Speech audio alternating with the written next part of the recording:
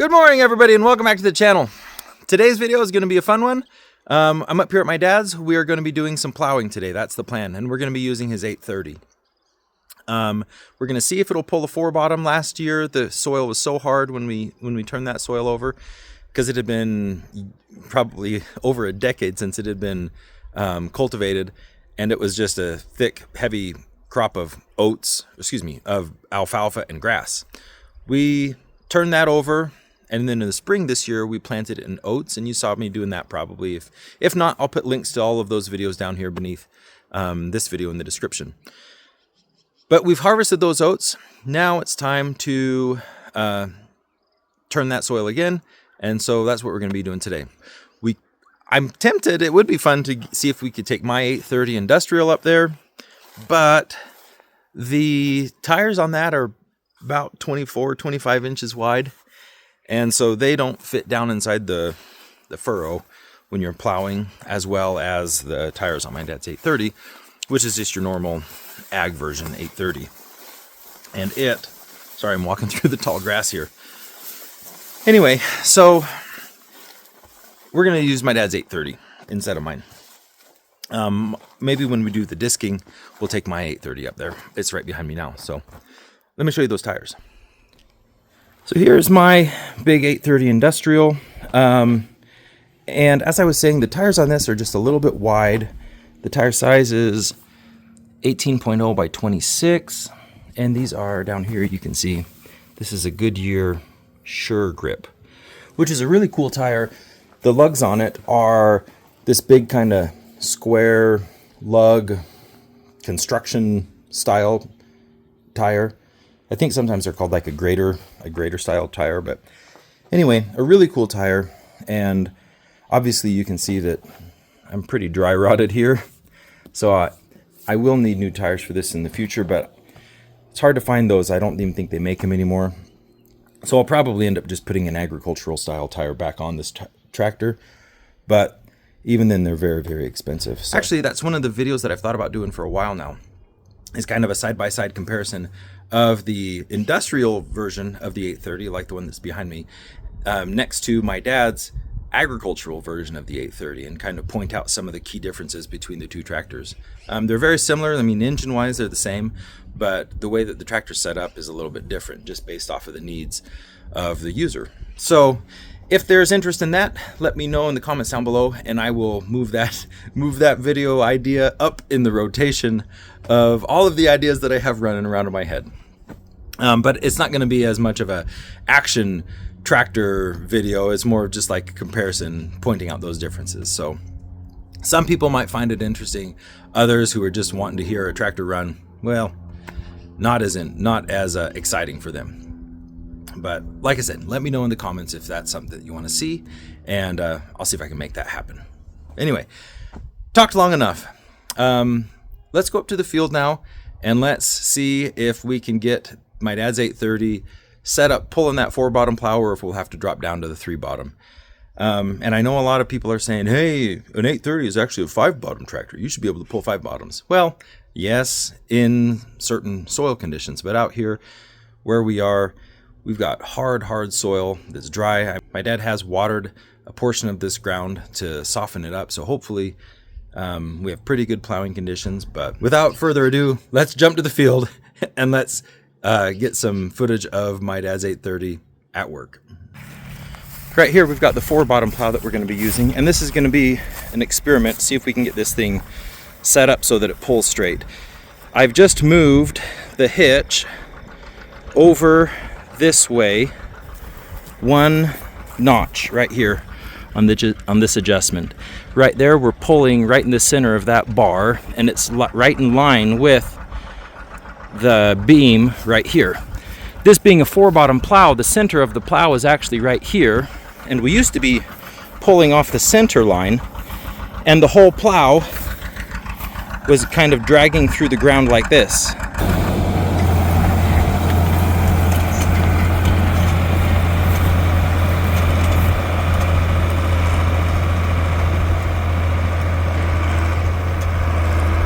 So we've moved over a little bit to try to get that plow to pull straight. We'll see how it works.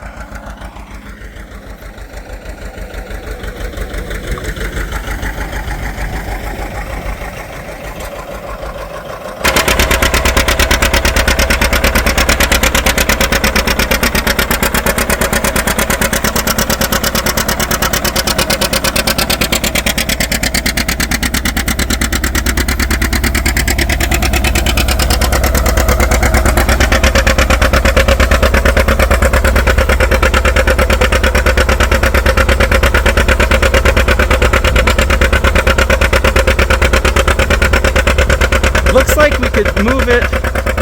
Looks like it still might be pulling like this. We could move the hitch over one more, and that might straighten it up a little bit. But what it's at right now is definitely an improvement. Okay, I just moved that hitch over to the right. One more adjustment. One more full adjustment. Maybe it was too far. We'll see. We'll make a pass.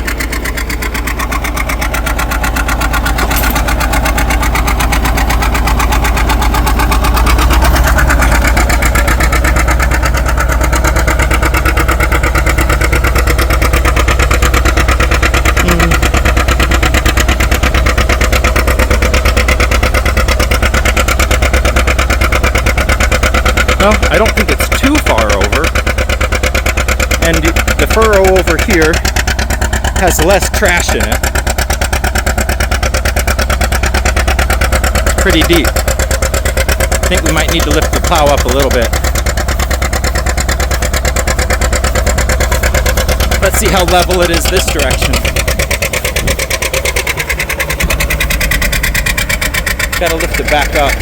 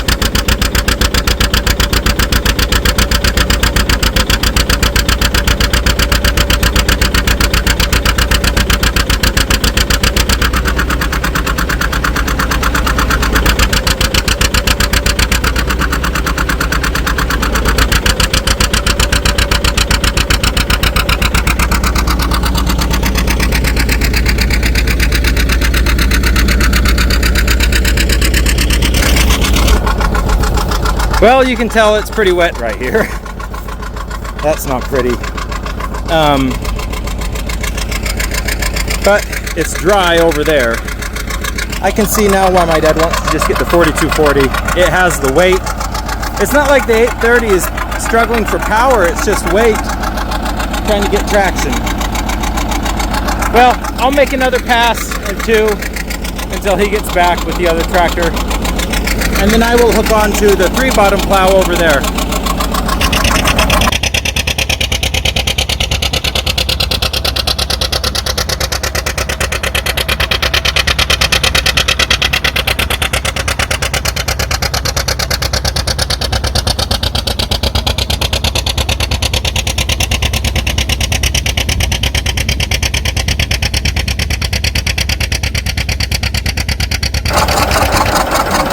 Well, reinforcements are here, so we're going to switch over. The 830 actually, now that we're out of the wet area over there, it actually does pretty good, but we'll just switch over to the 4240 and I'll pull the 3-bottom with the 830. Not as exciting, but oh well, still fun.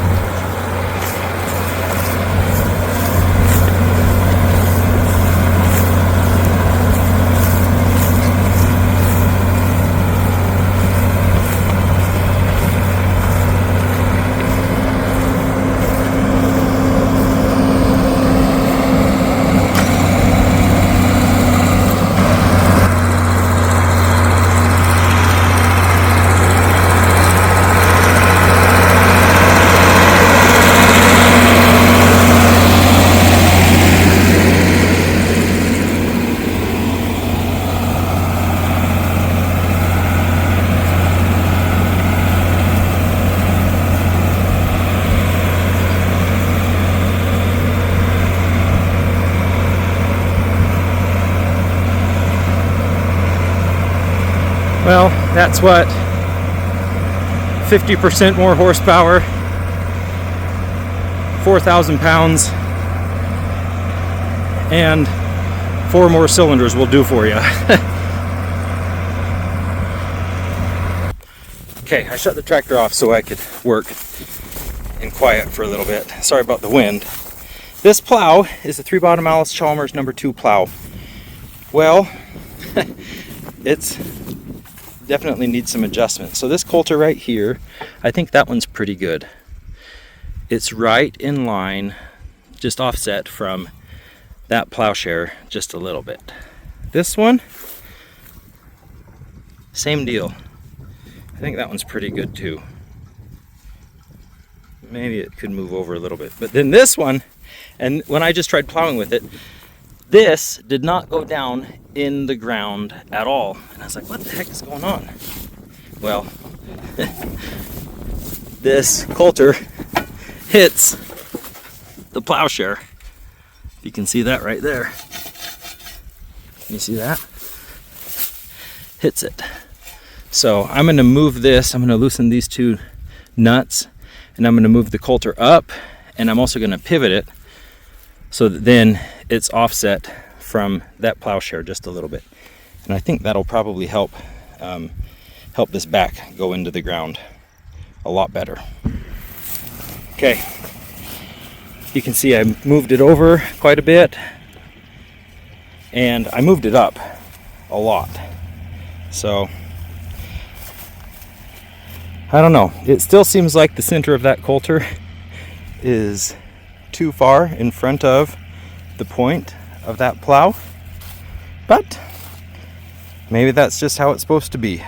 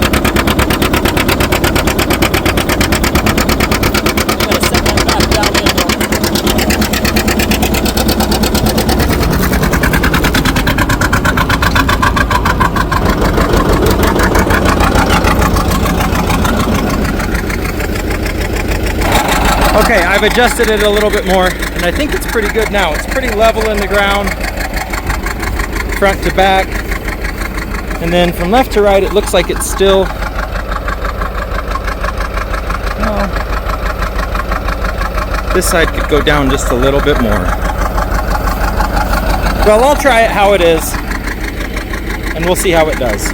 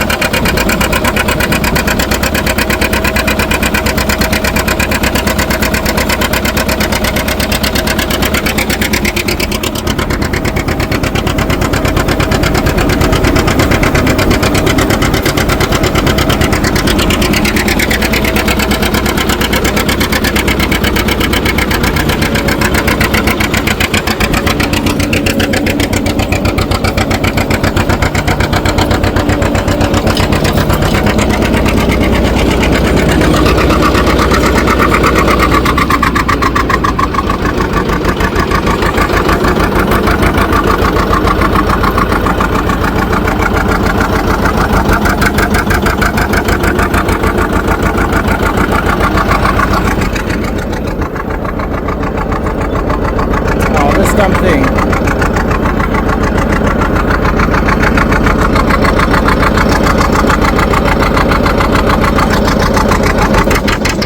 Come on, go down.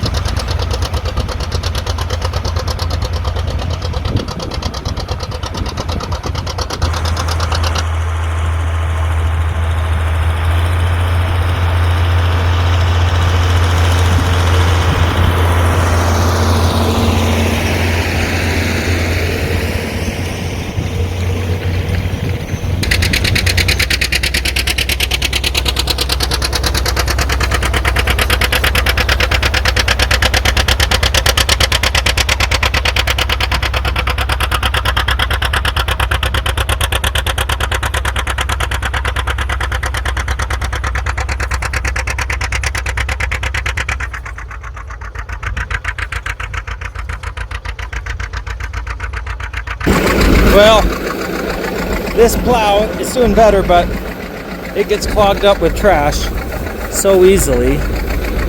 I gotta get this cleaned out. Let's see.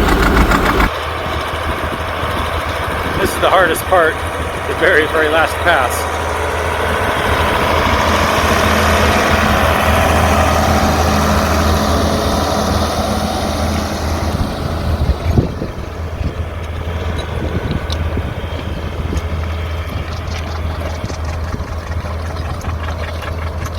Well, we're just about done.